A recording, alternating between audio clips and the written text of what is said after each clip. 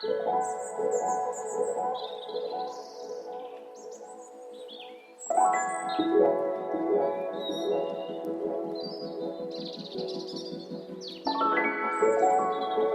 everyone, welcome back to my channel. Today's video is showing the process behind my largest oil painting ever. And when I say largest, I mean massive. This thing is almost as tall as I am. This painting has been with me quite literally through several different seasons of life, and I'm really happy to have finally finished it and get to share it with you all. I actually started this painting all the way back in 2020 as a side project during lots of time spent at home. Quite a lot of this footage is actually from back then. It was meant to be a gift from my parents, but like a lot of things around that year, it got paused. Life happened, I moved across the country, I changed homes, jobs, even routines, and the painting just sat unfinished in a closet for a very long time. But it was always kind of in the back of my mind that I wanted to return to it and finish it one day. Recently, I finally had the chance to come back to it. I was visiting my parents and I brought my paints, and I was super determined to see this painting finally be finished. Something about that felt kind of emotional. Picking up a piece that an earlier version of myself started and then choosing to see it through felt really special. That's kind of what this video is really about. In editing this, it was really cool to see clips of myself working on this 5 years ago, which is honestly super crazy to say that it's been 5 years. I can't believe 2020 was 5 years ago. There's this sort of contrast between past Carolyn and who I am now as a painter. I think my brushwork and the way I approach painting has really changed. My sense of color and texture, I think, has somewhat matured. But what struck me the most was the intention and the heart I put back into this piece even back then. It kind of felt like I found an old diary when I was cleaning out my room. This painting has ended up documenting that sort of diary journey, not just as an artwork, but as a kind of quiet record of my growth as an artist. And that's what made finishing it feel less like a technical task and more like a moment of personal closure. I was really, really excited to hand this painting to my parents after so many years. So let's talk about the painting itself. This scene is based on the Glendalough Round Tower in County Wicklow, Ireland. If you've ever been there, you know exactly the kind of feeling I'm talking about. It's this sort of deeply quiet, old place. There are beautiful monasteries tucked into the green hills, stone paths, misty air. It's a really, really beautiful setting for a painter. I visited many years ago, and I took a bunch of photos while wandering the site. Later, I stitched several of those images together in Photoshop to create a wide-angle composite. This is something I like to do in a lot of my work. If I don't have the perfect image, for instance, these images were shot on an old, cracked iPhone 5, I can just make my own and alter it as I paint. I don't want it to just be a literal snapshot. The reference was more like a collage of sorts, moments of light and texture stitched together into something that felt beautiful. Logistically, as this canvas is massive, way too big for my studio easel, I had to work outside on my back patio. And at first, it felt really romantic, sunlight, birds, coffee next to the palette. But then reality hit. I live in Florida, and Florida heat is no joke. I was dragging this massive thing in and out of the house, trying to avoid direct sun and the storms every afternoon.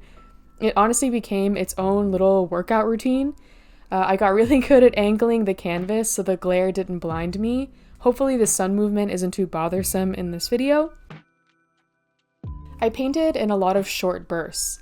Some days I only got an hour in before the weather shifted, but in a way that sort of slow, interrupted rhythm actually helped. It gave me more time to look, to reflect on the composition and where I wanted it to go. It also probably contributed to this painting taking me 5 years, but oh well. I always start with a burnt sienna underpainting, and I use that here too. There's something calming about it. It lets me map out the shadows and structure of the painting without jumping into color too quickly. It's also loose enough that it doesn't really feel like I'm committing to the final version of the piece. It's like making the outline of a puzzle, but you still have time to figure out the internal pieces. After the underpainting, I moved into blocking in areas of light and dark. This is one of the most fun stages, but also one of the most challenging because I'm not working from a perfect photo. I'm kind of just relying on instinct to enhance the sort of muddy areas of my terrible photos. I squint a lot when I paint in this stage. It sounds funny, but it helps me see values without getting caught up in the detail. Where's the sun coming from? How does the shadow wrap around this sort of tree area? How can I enhance these colors? When I take a moment to just step back and squint my eyes, it really simplifies the basic color blocks that I'm looking at. I try to keep things loose and sculptural, thinking of light like it's carving the landscape. That tension between softness and structure is what, to me, makes the scene feel more alive. I definitely struggled the most with the water. To me, water has always been one of the most difficult things to paint, whether it's a lake scene like this or if it's an ocean wave. I wasn't sure how much I should try to paint every drop and ripple. The area where the water meets the rocks was really tricky to paint. There were lots of ripples and various colors of the plants reflecting in the water. This area also had a lot of contrast because it contained pure white where the water hits the rocks. I spent a lot of time revisiting the water over and over until I was satisfied with the final result.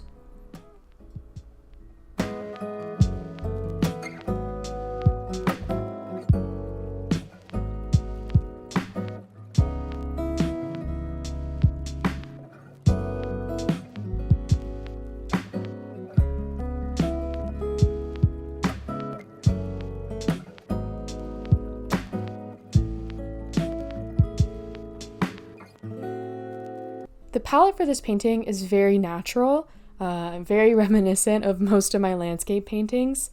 Lots of greens, grays, and blues. But within that range, I find that there's so much room to play with. It's great. I started with the sky as always. The sky, to me, really sets the mood of the painting.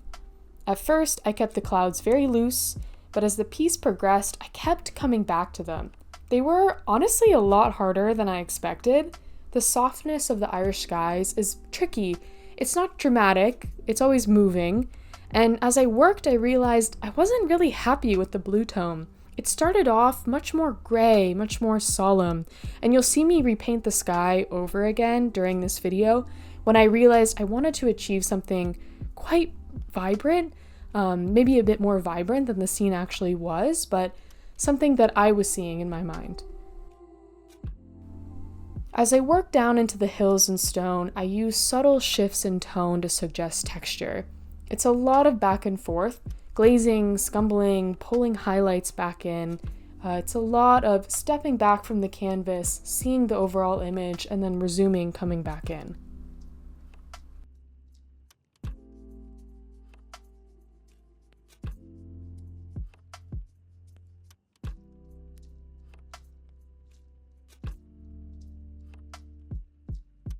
My go-to brushes for this piece were flats, big ones for the early stages and then smaller ones for the vegetation and water. There's something about flat brushes that just fits landscape painting. They let me push paint in a directional way, especially in grasses, tree branches, and water ripples around the rocks. I love using flat brushes in both my oil painting and my gouache work. I also used Galkyd as my medium. Normally I go for linseed oil, but Galkyd dries faster and gives it a nice sheen. That helped a lot, especially since I was painting outdoors and I didn't want to have to wait forever between layers as I carted this painting in and out of the house. One detail I paid special attention to was the sides of the canvas. This isn't something I normally do, but since this painting was going to be hung unframed since it was so large, I wrapped the image around the 3 edges that would be visible. It adds a sort of sculptural quality, like the landscape is spilling out and continuing off screen. In this final phase, honestly, I think it's where most of the work happens. It's where I spend the most of my time when I'm painting. I kind of revisited everything. This is where I really felt the time jump from when I first started working on this several years ago to now. I kept going over different parts of the piece multiple times to get the right color and contrast between the different parts of the scene.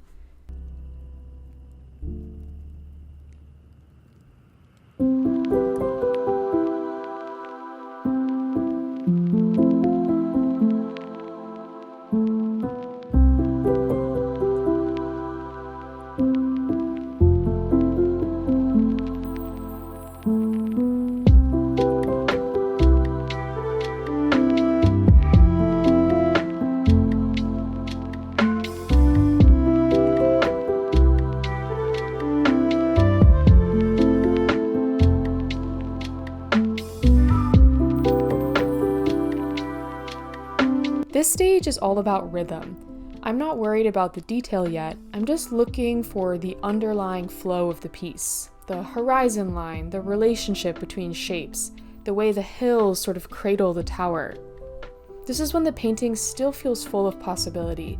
There's no pressure to get it right, just a sort of sense of building a scaffold that I can layer on later. Now, for the round tower itself, it's the focal point of the painting, and it holds so much history. These towers were built by Irish monks over 1,000 years ago. They served as bell towers, libraries, and even shelters during Viking raids. What I love is how something so functional has become so serene with time. There's nothing flashy about them, but they have this quiet, unassuming strength. They feel like timekeepers in the landscape.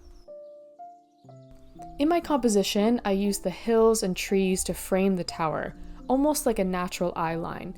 Everything pulls you gently towards the center, even if you don't consciously notice it.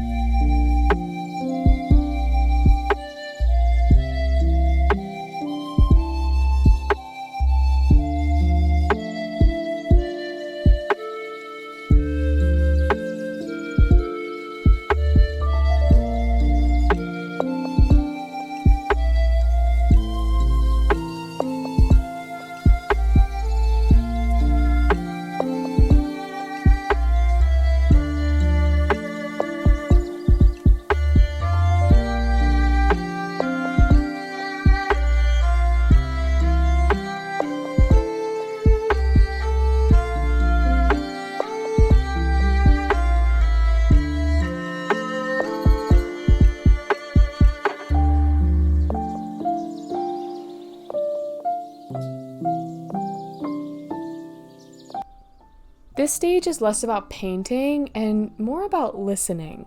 What's working? What's not? Am I overworking this area? Can I leave this stroke alone?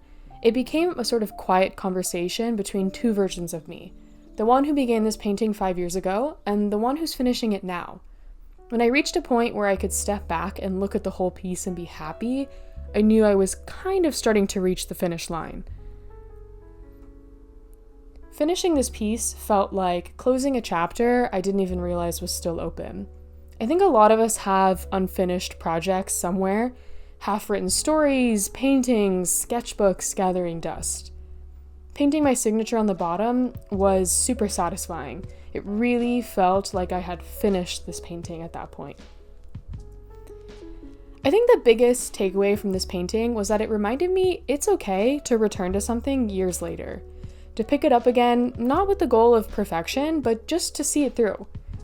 Art doesn't have to be fast. You don't have to finish a new piece every week. It doesn't even have to be consistent. It just has to be there at your pace and at your enjoyment. So, to conclude, here it is, 5 years later, my biggest painting ever, finally finished. I hope you enjoyed coming along for the ride.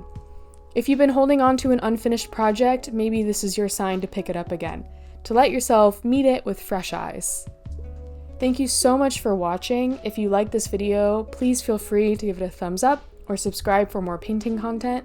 If you have any questions, please drop them in the comments below. Until next time, happy painting and take care.